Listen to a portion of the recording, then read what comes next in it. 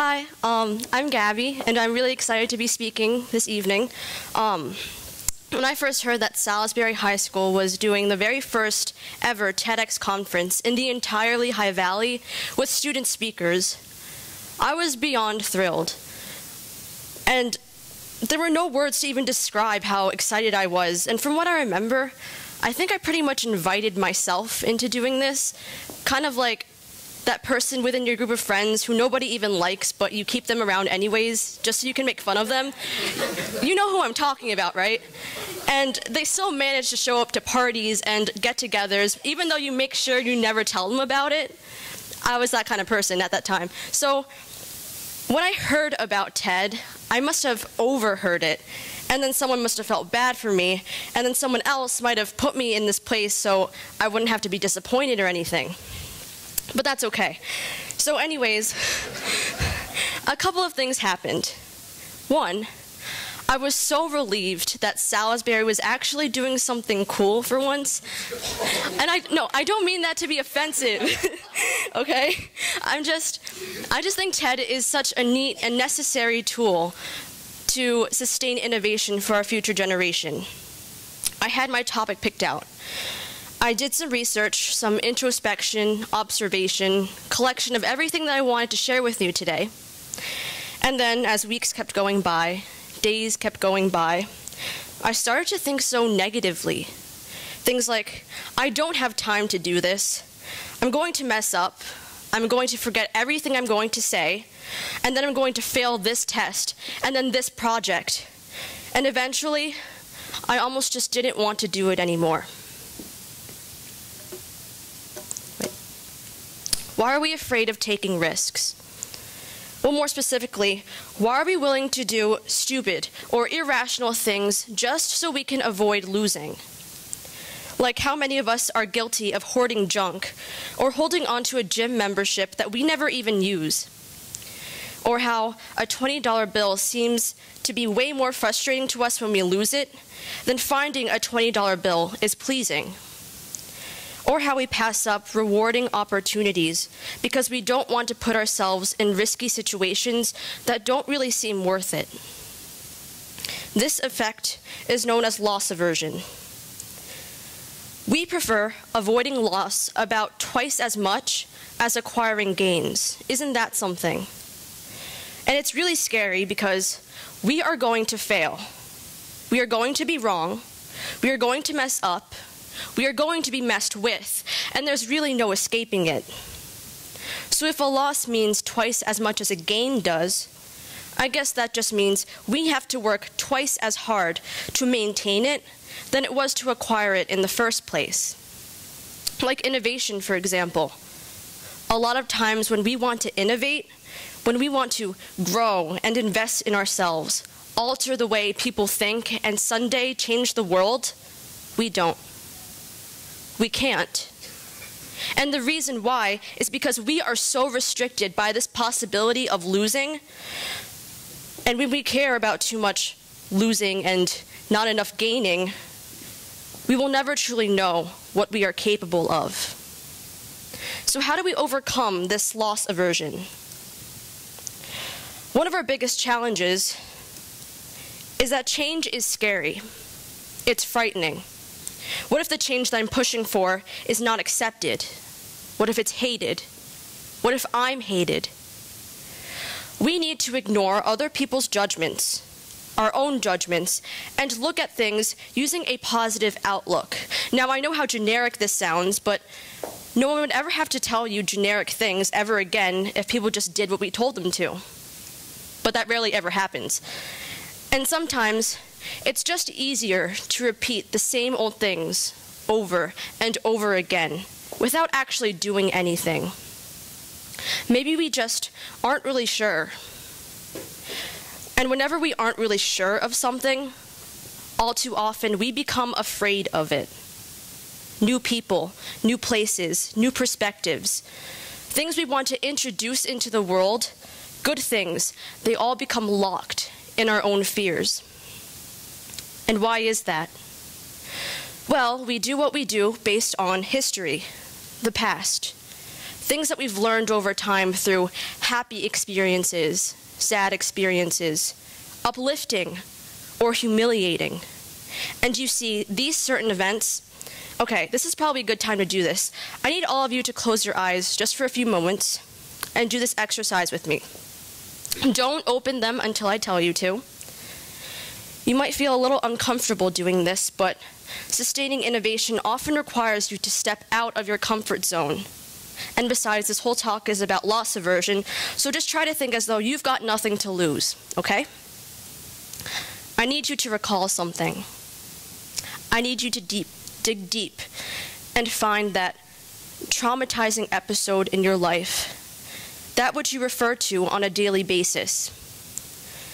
Something that happened to you or someone else, and you remember it so vividly, as if it happened yesterday, or as if it were happening right now, all over again.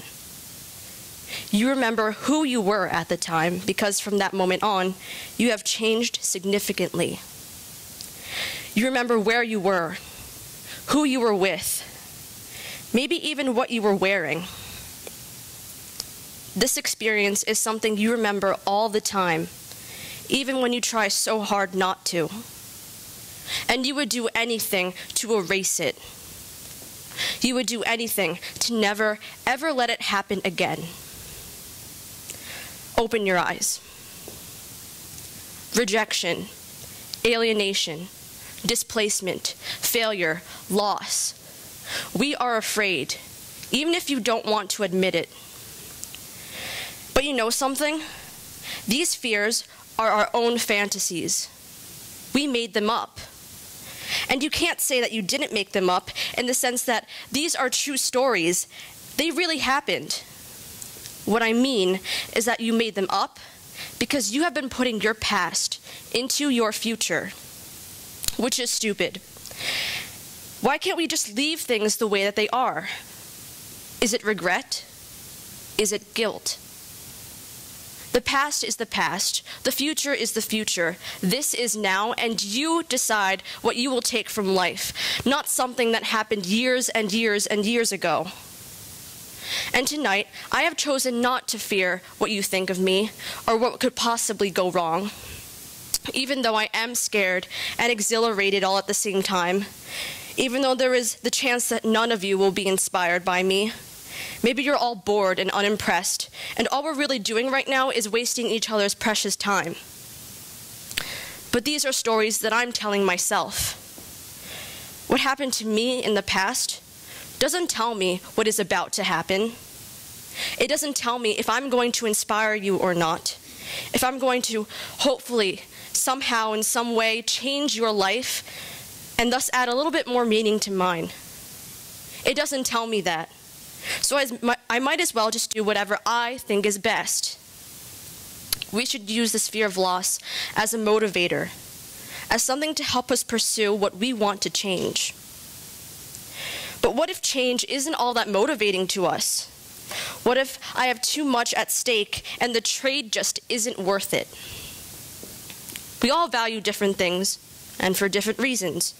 Things like comfort, security, family, friends, jobs, whatever they may be. And these things, we try so hard not to lose them. We make sacrifices because things are worth it, because we care. And there really is nothing different if we want to sustain innovation. We need to rethink what matters most. If progress and breakthroughs aren't all that important to you, then don't expect to see them. Now, if things like image and status quo didn't make much of a difference, then we need to figure out what does. What makes a difference in this world? And right there, at that moment, you would have just created a situation where the trade may very well be worth it. A situation where you have got nothing to lose and everything to gain.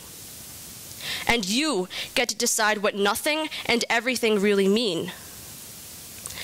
How you perceive everything reflects on how you experience everything. Are you someone who perceives everything as precious? or as pointless. It's all just a matter of changing what you value.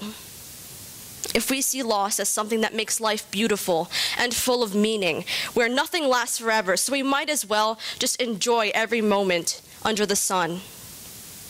Or if we think of loss as something tragic, that we should avoid trust and risk as much as possible because we will only ever end up in disappointment.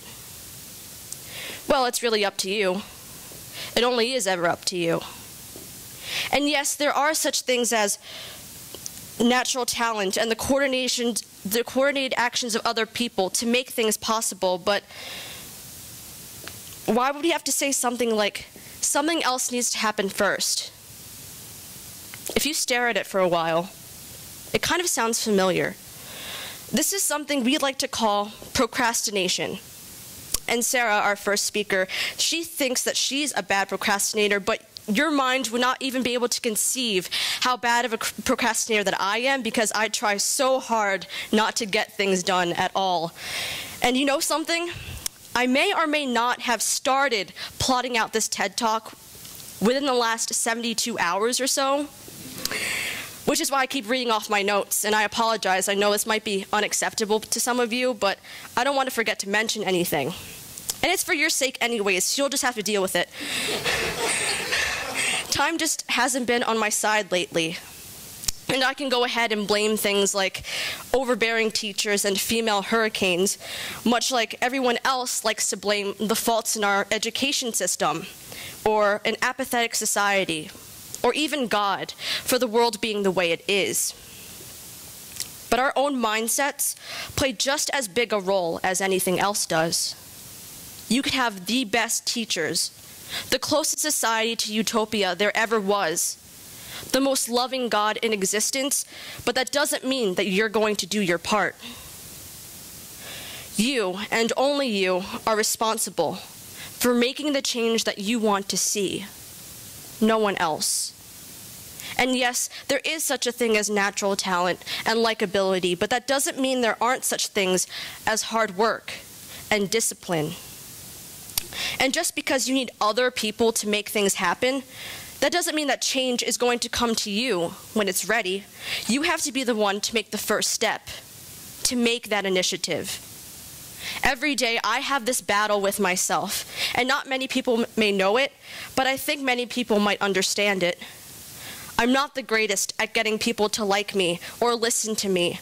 I often have to find situations like these where I get to stand on a stage and you get to watch me, and you are forced to hear what I have to say. And I really do wish I could speak naturally with everyone about anything. I wish people would feel the same about me as well, but I can't just tell you to like me for me. I can't expect you to randomly walk up to me and listen or care, but I can always hope. And things tend to start out with hope. You see, I'm the type of person that if I say hi to you and you don't say anything back, I'm going to think that I did something wrong, and that you hate me, and that the world hates me, and that I hate myself for thinking something so stupid, and how much of an idiot I can be, and that I am probably the epitome of a low self-esteem. And no, it's probably just social awkwardness, it's fine.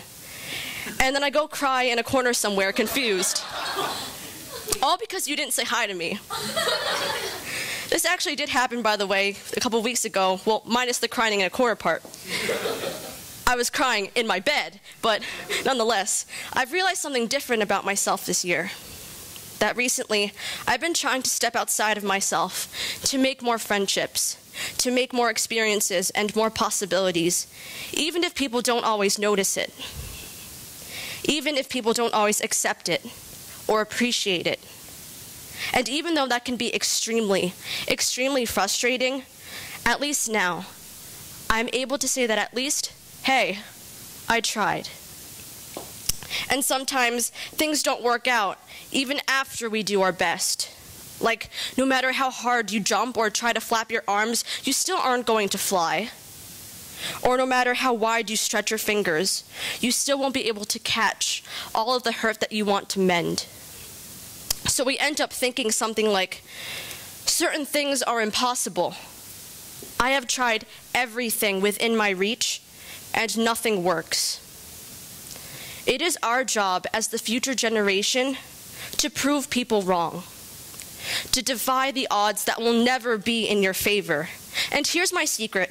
This is the very thing that I thrive off of. Every day, and in everything that I do, you see, I can tell whenever someone looks at me and thinks that I'm not good enough. And honestly, sometimes I believe them. But there's a fine line between what someone else thinks and what I know. If someone ever looks at you thinking that you are not good enough, and that whatever you're trying to do is impossible, who are they to judge what you can and can't do? The bottom line is that there are things that we know,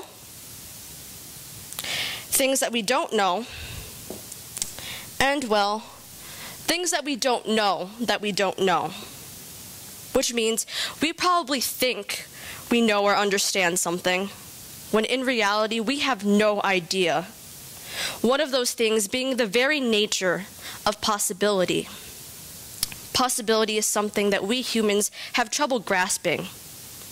It is immense. It is dumbfounding. It is infinite. And if you think that there are any limitations to possibility, it is because you put them there. Your only limits are your knowledge, and things happen because people dream about them first. I used to dream of being amazing. Not in the form of being perfect and far off from everyone else, nothing like that. I just wanted to be something important, something worth it. Maybe even someone's fat lady, if I not already am. But I wanted to do great things for someone, and hopefully they would do great things in return.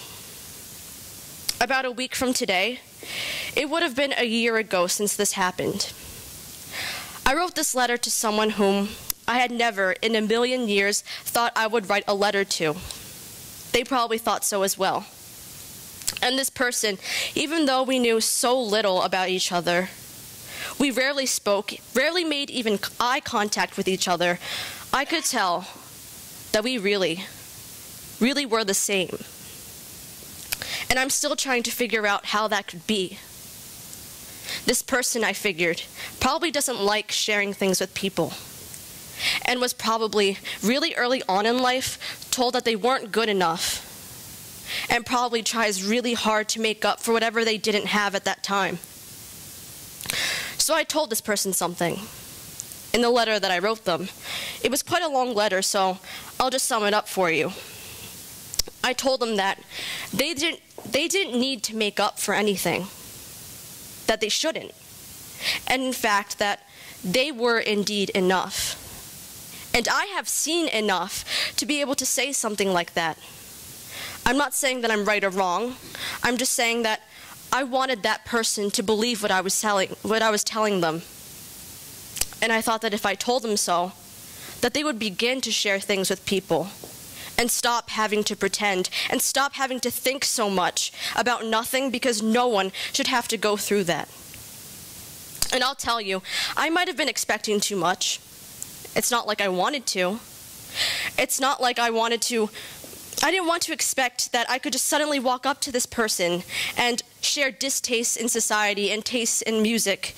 I didn't want to expect that I could send 1 million letters to anyone that I knew and tell them whatever I felt about them. I didn't want to be disappointed, but things happen. I may not have necessarily gotten the reaction that I wanted, but, well, this person responded saying that I was surprisingly courageous and that I came off a bit of a shock, but I was able to make them happy nonetheless. And then they thanked me. And I want to think that because I didn't properly express myself, that I didn't say everything I wanted to, or in the right way, or at the right time. I don't think this person ever really realized how much their acts of kindness and their true presence really meant to me. I don't think anyone realizes how much they mean to someone else. Besides that, though, I needed to know something. I needed to know if I could matter. I needed to know if I could be important as long as something else was important to me first. I needed to know that there were people out there who would listen to you and be inspired by you and wouldn't make light of something that you tried so hard to make, regardless of stupid things like status quo or image or making an impression. When we try to innovate, even though we may become upset and not always get the results that we want, we shouldn't quit. We shouldn't become loss averse because of the unavoidable fact that we are not always going to win. I hope that I was able to change that person's mind at least a little bit, or make them think the way that I did. I don't believe that what I did was a waste of time, and you shouldn't either. Because we should never, ever feel any regret or guilt that we never did anything at all.